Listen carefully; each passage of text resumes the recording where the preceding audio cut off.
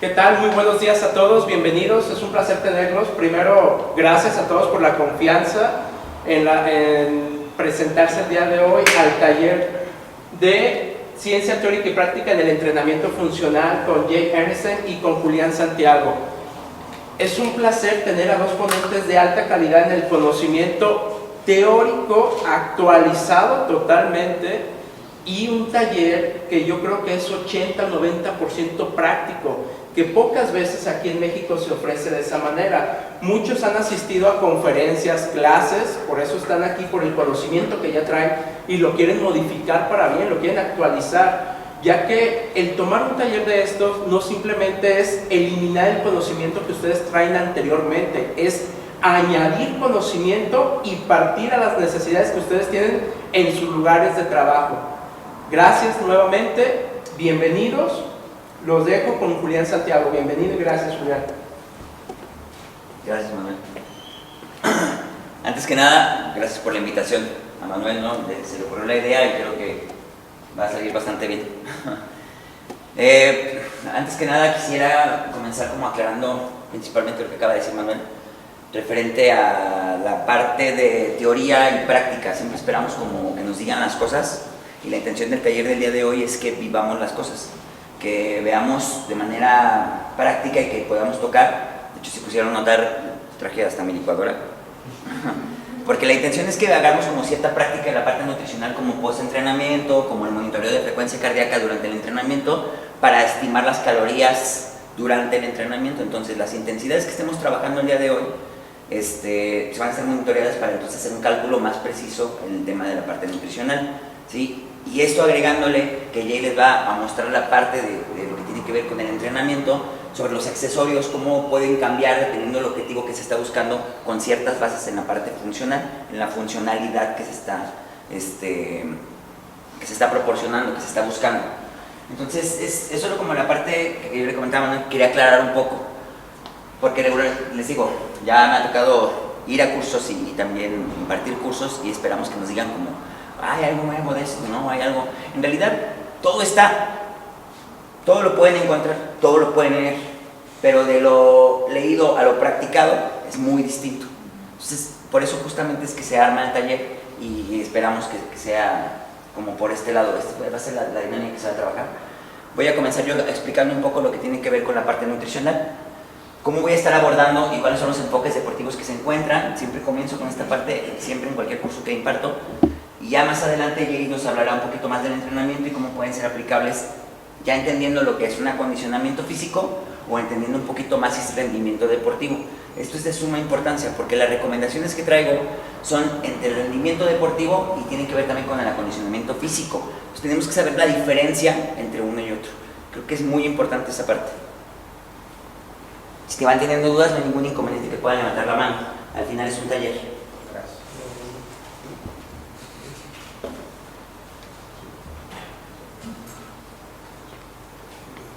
Bien, enfoques deportivos o ya dándole un poco más de entrada y dándole forma.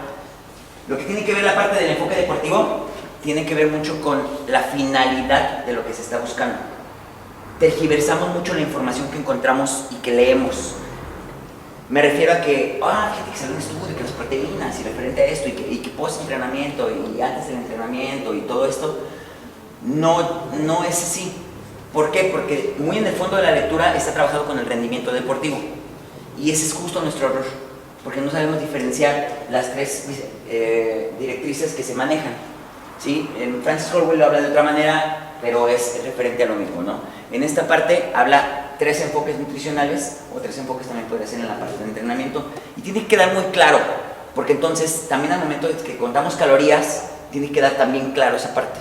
No nos queda claro de verdad, se lo digo por experiencia. El primer enfoque es la parte de salud, ¿sí? Todo lo que tenga que ver con la parte de salud, desde lesiones, desde el tema de rehabilitación, desde el tema de algún tipo de enfermedad como hipertensión, diabetes, va a ser un abordaje distinto, tanto como en el entrenamiento, tanto como en la nutrición, ¿sí? No vas a ponerle lo mismo a una persona que tenga capacidades distintas en cuestiones de salud a una persona que sea saludable, ¿no? ¿Me explico? Entonces, esta es la primera parte. Regularmente encontramos la que más predomina, ¿no? La parte de la obesidad. Entonces, esto es importante. Muy importante. Pero más todavía es entender que cuando hacemos un objetivo o cuando hacemos un enfoque o una estrategia nutricional, tiene que ver con el cambio en la composición. Ahora le llaman recomposición corporal, ¿no? Que es lo de bajar porcentaje de grasa, aumentar masa muscular y todo esto. Cuando hablamos del tema de la imagen, el abordaje nutricional será distinto, muy distinto, ¿sí? Porque ya sabemos que la base de la nutrición, ¿no? La pirámide es la parte de las calorías. Entonces, sí, y lo más curioso, ¿saben qué? Es que el conteo calórico está por los suelos, de verdad. Nos desestimamos como nutriólogos con nuestro factor de actividad y ni siquiera le damos sentido con nuestro factor de actividad ni con nuestro MIFLI. A eso es lo que me refiero justamente. A eso me refiero, que no le dan sentido entonces a un conteo calórico. Y desde ahí, si ustedes creen que tienen la clave y que leen y que dicen, no mames, es que este güey me dijo que las calorías, y sobre las calorías voy a estimar todo lo demás, ni siquiera vas a contar las calorías. De ahí tenemos un problema. ¿Me explico? ¿Por qué? Porque justamente en la parte de imagen y recomposición corporal, la base será dieta hipocalórica, dieta hipercalórica. ¿Me explico? Por eso justamente es que tenemos que practicar. Les voy a enseñar una formulita, sí, la trabajó un amigo, Carlos Herrera. Me gusta mucho esa fórmula porque va en conteo de frecuencia cardíaca, usa el volumen máximo de oxígeno y va a ser, lo muestro brevemente. De hecho, la intención es tomar a 5 personas a finalizar el taller para que hagan la práctica y entonces ingieran un alimento post-entrenamiento para que todo esto quede un poco más claro. Y bueno, no menos importante o más importante podría considerarlo todo, el rendimiento deportivo, ¿sí? El tercero de los enfoques. Entonces, importante, ¿qué es qué y qué tipo de abordaje voy a hacer? Hablando desde el tema nutricional, cada uno tiene un factor actividad, cada uno tiene un conteo de calorías, cada uno tiene gramos por kilogramo de peso, ¿sí? Todos tienen ciertas directrices, pero son muy distintas. Que al final, la circulación, ¿sí? En teoría son 3 círculos que están entrelazados. La circulación tiene que ver con que tampoco están peleados, a pesar de que tenga que separarlos al momento de que yo tome una decisión como nutriólogo. Eso es lo que debemos de llegar a este punto. Ahora, uno puede llegar al otro, sí, indiscutiblemente. Puedo pasar de este punto a este punto a este punto completamente y puedo regresar de este punto a este punto completamente. ¿Me explico? Elementos claves de la nutrición deportiva, nada más para tenerlos como en cuenta al momento de que estemos haciendo la práctica del tema. Son 5 elementos que los marca Juan Mielego. Nos dice que el balance energético será la parte más importante, ¿sí? La que es la ingesta. Ahora, ¿qué es lo que requerimos versus qué es lo que estamos ingiriendo? Si me preguntan en la cuestión práctica, la teoría está muy chingona, pero la verdad, la práctica, te llega un atleta consumiendo 600 kilocalorías y con un requerimiento de 3000, con triple sesión o doble sesión. O sea, este es justamente uno de los más importantes. Y volvemos a lo mismo, las calorías, ¿sí? La adecuación nutricional acorde al deporte, temporada y objetivo. En este caso, la parte deportiva será el entrenamiento funcional y darle una dirección al entrenamiento funcional acorde a que se va a estar trabajando. Y entonces ustedes sabrán o tendrán herramientas para determinar el objetivo o altar de la temporada. Eso ya no nos consideramos nosotros, pero tienen que tenerlas. Antes, durante y después, el timing nutricional también lo vamos a mencionar nada más, lo que se espera nada más hacer después del entrenamiento. Correcciones, excesos y deficiencias y al final, y no menos importante, la educación nutricional. 5 puntos importantes que marca, me gustan bastante porque son muy objetivos, ¿sí? Son muy concretos en la parte nutricional. Entonces sí quiero que quede como esta parte de lo que se busca abordar. Y bueno, hasta ahí yo creo que sería bueno que empezáramos con Jay para que nos dé un poquito de la introducción. ¿Qué tal? Bienvenidos a todos. Pues algunos sí me conocen, otros no. Soy Jay Ehrenstein. De antemano, gracias por estar aquí. Claramente lo que voy a hablar el día de hoy va a ser como un repaso a las teorías que utilizamos, que nos guían y los principios. No vamos a hablar de cuántas series tienes que hacer, cuántas repeticiones tienes que hacer, porque al final del día, al principio como entrenador, hasta yo era con lo que más me importaba.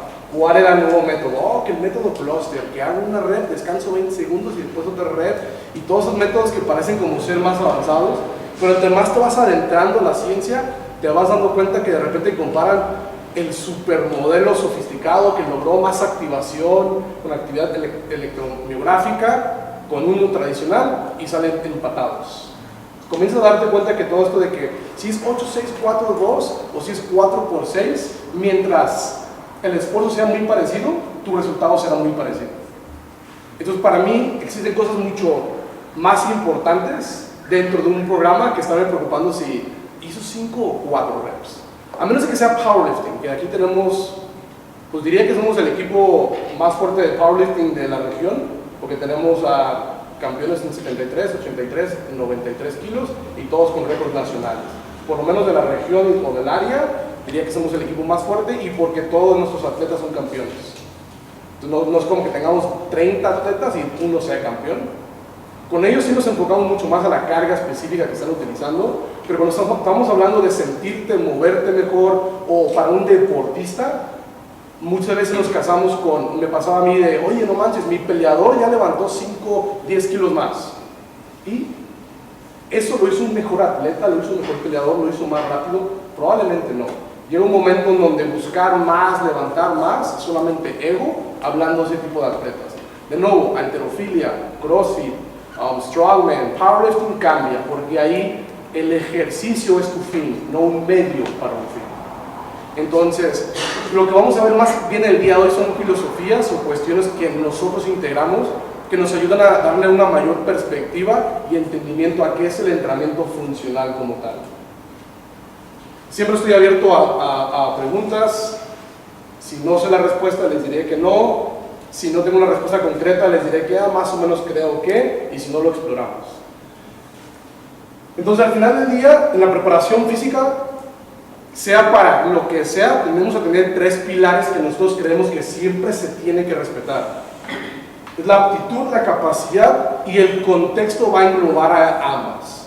Entonces, aptitud y capacidad. Normalmente aptitud lo vemos que seas apto para el entrenamiento. Entonces, aunque suena como muy lógico, es algo que típicamente se tiende a perder. Por ejemplo, la gente normalmente llega y prefieren trabajar la capacidad de alguien de hacer saltos explosivos porque es basquetbolista. Pero checaste que tuviera la aptitud de aterrizaje, de caer en buena posición, de control, que sus tendones pueden absorber la fuerza como debería de. Entonces, muchas veces hasta nosotros nos llegan atletas, y estos atletas de que yo juego fútbol en segunda división, no saben correr, no saben cortar, no saben cambiar de dirección, aterrizan a una sola pierna de una caja, chuecos, los pones a saltar y caer aquí para volver a acelerar, no lo pueden hacer. Entonces, cuando hablamos de aptitud, realmente sí son estas manifestaciones de la fuerza, pero más como de cómo absorbes una carga, cómo controlas una carga, cómo se mueve tu cuerpo. ¿Sí? Cuando tu cuerpo se mueve bien, es apto y puede expresar fuerza, puedes tener la capacidad de practicar tu deporte y de practicar estos gestos de una manera más continua, con mayor carga, más frecuente. Es muy común, y ahorita vamos a hablar más de eso, que la gente llega a un atleta y dice, mi atleta es de box. Entonces se ponen a irse en estas ideas de que como es un boxeador, ¿qué hace un boxeador? Pues movimiento de flexión lateral. Su boxeador siempre va a estar aquí. Entonces llega el entrenador de pesas y, entonces toma esta mancuerna y dale aquí. Entonces toma una banda y dale aquí. Es como, ¿no te has dado cuenta que lleva 15 años boxeando, haciendo ese movimiento diario por horas? Estás en un camino, ¿cómo se llama? Como ya llegaste al final de ese camino. Esa capacidad ya está. No hay necesidad de. Pero existe esa trampa en donde creemos que, oye, como así es el deporte, así debo de hacer las cosas. Y muchas veces el entrenamiento, a lo que nosotros llamaríamos funcional, a veces sí va a hacer ese tipo de cosas y a veces va a ser totalmente lo contrario. Si tú tienes, por ejemplo, tú tienes a alguien que es un peleador o nada, y todo el tiempo está en rotación interna, rotación interna, rotación interna, existe un gran desgaste y grandes lesiones de sobreuso, de hacer el mismo movimiento una y otra vez. A veces lo que sería funcional sería hacer rotación externa, ¿sí? Haciendo lo opuesto, dándole mayor aptitud a esa y mayor capacidad a esa articulación para que él pueda seguir nadando las distancias, intensidades y frecuencias que él quiere. Entonces a veces el preparador o el coach o especialista en natación te va a decir, oye, él es nadador, ¿por qué está haciendo eso? Es como, ¿qué quieres que haga? ¿Que copie el deporte? La manera de practicar un deporte de natación es en agua. Y a veces vemos esas estrategias de que no, que los pusieron arriba de una pelota y hacer pull downs en back, es como, no funciona así. Si ya se está trabajando algo, no hay necesidad de sobrecargar más y más y más el mismo factor. Entonces, va a ser muy importante la aptitud, capacidad y al final le damos un contexto. A veces como, ok, qué bueno, necesito aprender a empujar. Y aquí es donde comenzamos a simular, copiar ligeramente el deporte, pero solamente en algunos ejercicios. Recuerden que entre más peso le pongas a la barra, entre más grandes sean tus mancuernas, entre más peso le pongas a cualquier implemento, menos específico es. Tu atleta de fútbol americano no corre con un peso encima más que el del equipo, que lo que ya están acostumbrados a hacer, y que no se compara con una barra de 500 libras. Entonces, cada kilo que tú le agregues más a la barra, menos se parece al estado natural en el que se practica el deporte. ¿Sí? Entonces, nosotros nada más le damos contexto a los movimientos que sean extremadamente similares al deporte. Por ejemplo, yo no le doy contexto a una sentadilla. La sentadilla es lo que es un ejercicio general, tradicional de fortalecimiento. Punto. No hay necesidad de decir, antes la sentadilla, como ellos salen desde esta posición, la voy a hacer desde esta posición. No hay necesidad de hacer eso. En donde sí es en las cuestiones como saltos, lanzamientos de pelotas, drills de correr. Entonces, yo sí puedo decir, ok, a veces aquí hemos puesto de que jugadores de fútbol o soccer, de que aterrizan, saltan, brincan y en el aire a propósito los chocamos ligeramente con la pelota. Cuando están en el aire literal aquí con la pelota los tomamos y les damos un pequeño impacto. Ahí estamos copiando, simulando el deporte, pero para darle a él esa capacidad de aterrizar, que sus tendones, ligamentos, tejido conjuntivo o conectivo absorba el impacto.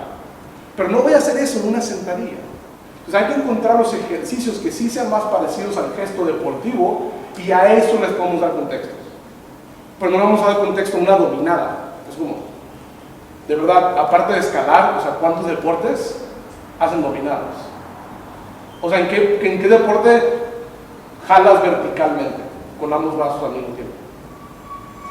Ni gimnasia. O sea, son muy pocos. Entonces, como de... Pero no sé si algunos han escuchado a Michael Boyle de entrenamiento funcional, es como de... Las extensiones de pierna no son funcionales. ¿Por qué? Porque nada más sirve para patear el trasero a alguien. Es como, ok, pero haces dominada. Y dice que no es funcional porque no aparece en un deporte. O sea, que nunca haces eso. Pero hace dominadas, es como... Eso sí lo ves en el deporte, no, ¿verdad? Y después dice que la prensa de pierna nada más sirve si eres malo en tu deporte, porque si estás tirado en el suelo, empujando a alguien es porque te caíste. Ok, pero ¿por qué haces press de banca? También estás acostado en el suelo. La lógica tiene que aplicar hacia todo lo que hacemos. No puedo decir, eso es malo porque no aparece en el deporte. Eso tampoco aparece, pero es bueno. Es como... Entonces, nada más le damos ese contexto.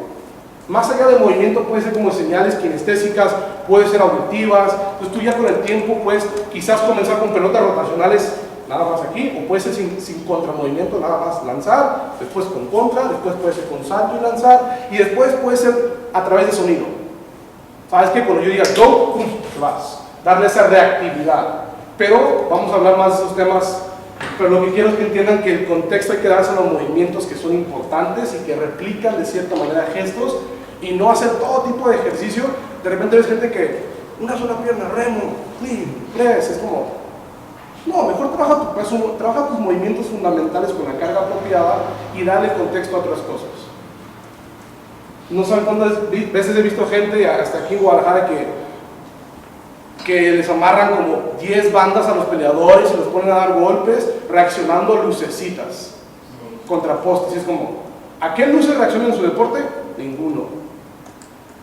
¿Sabes cómo altera una banda a un golpe? Un golpe es triphasic contraction, es contrae, relaja, contrae.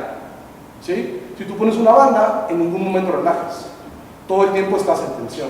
Estás afectando neuromuscularmente la acción de movimiento que esta persona hace primordialmente en su deporte, reaccionando contra luces. Es como, por favor, no sucede así, no hay necesidad. Dale lo que no tiene, deja que su capacidad de reaccionar a golpes lo desarrolle en la jaula, en el octágono, en práctica, con su coach de striking.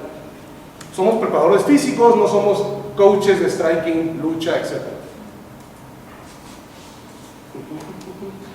Para nosotros, los elementos clave para lograr tanto la aptitud, capacidad y contexto deportivo son los siguientes 4. Y se van a dar cuenta que el cuarto es una recopilación de qué también haces los primeros 3.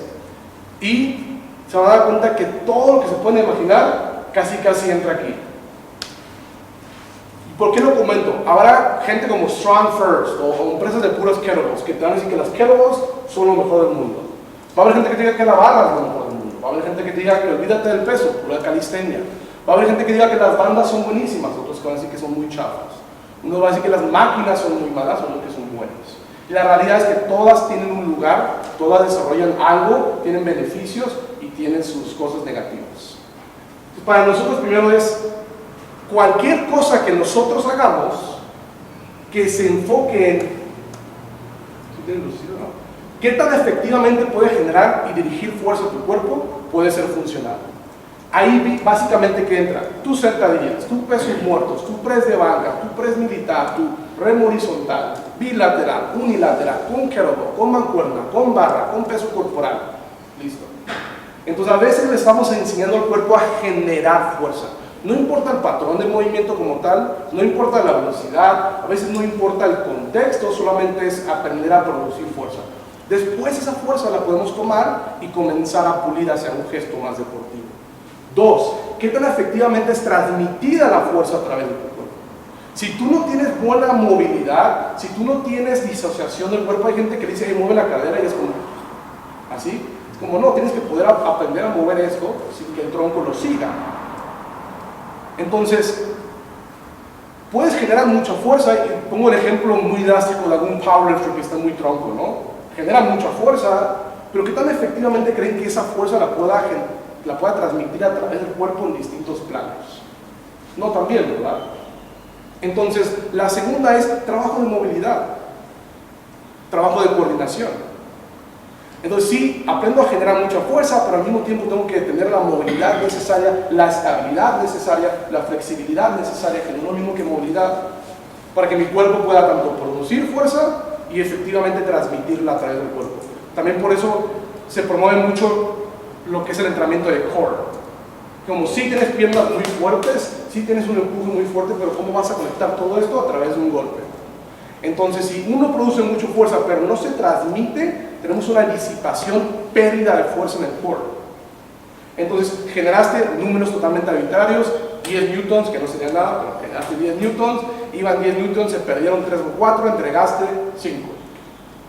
Llegaron 6 arriba, pero al final perdiste algo y entregaste 5. Es como, ¿de qué te sirve generar 10 si estás nada más efectivamente transfiriendo 5? 3. ¿Qué tan efectivamente balancea tu cuerpo estas cargas? Tanto las externas, como son tus implementos, como las internas que estamos generando a través del movimiento. Porque muchas veces puede ser muy fuerte, ¿sí? Puedes transferir fuerza en gran cantidad, pero a veces ciertos músculos están recibiendo más carga que otros. Y es cuando de repente mi hombro, de repente la cadera, de repente el pie, la espalda baja, una rodilla, etc. Entonces, no solamente se trata de generar mucha fuerza y poder transferirla de manera adecuada, se trata de que las estructuras estén balanceando todo este trabajo. Aquí entra mucho liberación miofascial, entra mucho trabajo de desbalances musculares, identificar si una pierna tiene más de 20% de fuerza que otra, eso puede incrementar tu riesgo de lesión por hasta 80%. Entonces, si yo te pongo a hacer sentadillas búlgaras y tú haces 10 con un X determinado peso y con otra nada más sacas 7, eso ya me dice, ok, probablemente a la pierna más débil vamos a comenzar a agregarle una serie. Vamos a quizás incrementarle un poquito el volumen a esto. Vamos a tratar de lograr que esté parecido. Nunca va a ser idéntico, pero sí que no queremos que pase ese 20% de diferencias. Y eso igual para extremidad superior, aunque no es igual la probabilidad de lesión. Sabemos que las extremidades inferiores es mucho más fácil lesionar, a menos de que sea como un impacto, un golpe.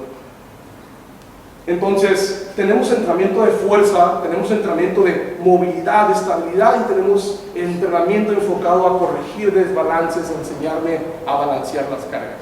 Cuando alguien genera fuerza, transmite fuerza de manera adecuada y aparte lo hace con las estructuras balanceadas, puede imprimir, manifestar esa fuerza, ¿sí?, hacia un objeto o dirección que él quiere. Dirección puede ser correr, cambiar de dirección, pero si alguna de esas tres está rota, mi atleta no se mueve a la velocidad que debería moverse, con la fuerza e impacto que debería hacer. Entonces, para nosotros eso es entrenamiento funcional, que significa que podemos usar todo. No nos casamos con, no, eso no sirve, las máquinas no. Porque, ¿qué pasa si quizás yo identifico que tengo un músculo que es un sinergista es que asiste, ¿no? El músculo agonista es el músculo que principalmente va a hacer un movimiento. Pero tienes un sinergista, es quien le ayuda. A veces, tu agonista está alterado. Y por ende, tu sinergista tiene que tomar más control. Eso se llama synergistic dominance o dominancia sinergística, creo. En donde el sinergista pasa de ser sinergista a agonista. Porque el agonista no hace su trabajo. Por ejemplo, a veces me preguntan, ¿es malo estirar antes de hacer un press de banca? Es como depende. Digamos, que siempre que haces press de banca, tu pecho debería ser agonista y tu tríceps sinergista. Pero hay gente que no lo siente en el pecho. Simplemente no lo siento. Y lo siento mucho en el tríceps. Tú pudieras a propósito estirar al máximo el tríceps para reducir sus capacidades de fuerza después de hacer el press de banca inmediatamente. Y como el tríceps, que normalmente toma control, por ahorita de manera aguda se encuentra inhibido, reducido, el pecho típicamente tendrá que hacer su labor. Existen muchas maneras o muchos momentos en donde tenemos que entender que algunas estrategias que pudieran parecer malas, estirar previo al entrenamiento, se ha encontrado que reduce la actividad muscular. A veces eso es lo que deseas, pero estratégicamente, no solamente me pongo a estirar todo nomás por hacerlo. ¿Alguna duda en qué entra o cuál es la idea general de cada uno de esos conceptos? Entonces aquí arriba, barras, máquinas, lo que sea. Por eso es extensión de cuádriceps. ¿Se parece a un gesto deportivo? No. ¿Pero lo estás haciendo como un gesto deportivo? No. Lo estás haciendo como algo simplemente para enseñarle a tu cuádriceps a generar fuerza. Listo. No tiene que ser una copia del deporte. Va. Dentro de eso existe, es muy común que se diga, y de hecho hace rato, tal vez no sé si te diste cuenta, yo me autocorregí afuera, que dije, es que aquí le damos programas individualizados. Y después dije, bueno, más bien adaptados. Que son dos cosas muy distintas. Individualizar realmente es imposible. Muchas veces escuchamos de que no, que el fémur, que esto, que aquello, que la estructura, y que, ok, aunque tú encontraras, que dijeras, ok, esta persona tiene la cabeza del fémur en 5 grados más en tal dirección. Perfecto, voy a hacer algo para compensar, para individualizar de acuerdo a su fémur. ¿Qué harías con 5 grados? Y la respuesta nadie te puede decir. No existe algo que diga, si tu fémur, por cada grado que tu fémur tenga, ¿sí? en el cuello del fémur, tendrías que hacer esto. No existe. Entonces, obviamente no vamos a tomar a alguien y hacerle todas las pruebas del mundo y medir cada parte de su sistema óseo para determinar qué patrón y cómo lo debería hacer. Porque aunque lo hicieras, aunque yo dijera, ¿sabes qué? A ti tal músculo mide tanto y tiene tanta densidad, bueno, preguntar cada hueso, esto y esto y aquello, no sabrías qué hacer con la información.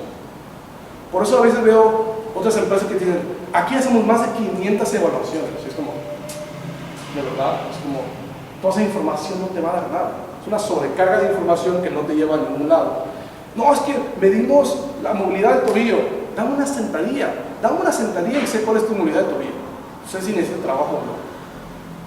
Oye, no, que aquí hacemos 10 pruebas de fuerza del core. Déjate pongo una barra, déjate pongo a hacer lagartijas, déjate pongo a hacer dominadas, déjate pongo a hacer una caminata y voy a entender cómo funciona tu cuerpo. Si te pongo a hacer una caminata pesada y te vas aquí marchando y estás así, eso ya, el propio entrenamiento, cada cosa que ustedes hagan desde el calentamiento, todo es una evaluación, todo te da información. Cuando alguien hace lagartija, no solamente es, hizo una lagartija mal, hizo una lagartija mal, cayó en la cadera y está rotando. Esa información ya la tienes que procesar. Eso ya te dice, oye, no tiene capacidad de anti-extensión. Entonces, él debería mantenerse aquí, su tronco, core, pilar, como lo quieran llamar, es débil, hace esto.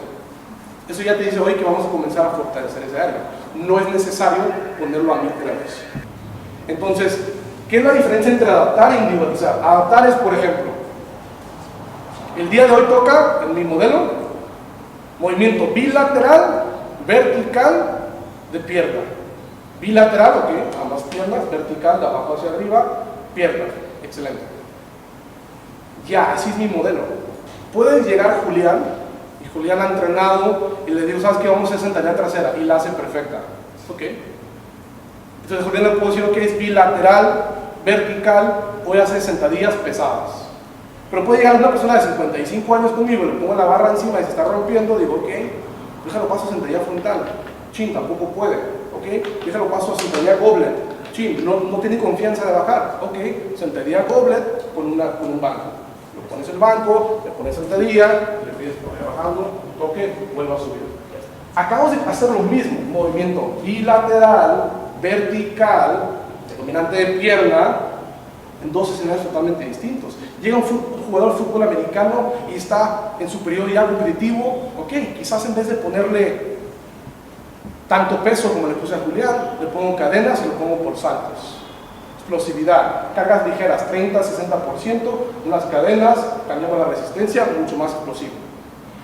Pero sigue siendo el mismo patrón, acabo de adaptar, no de individualizar.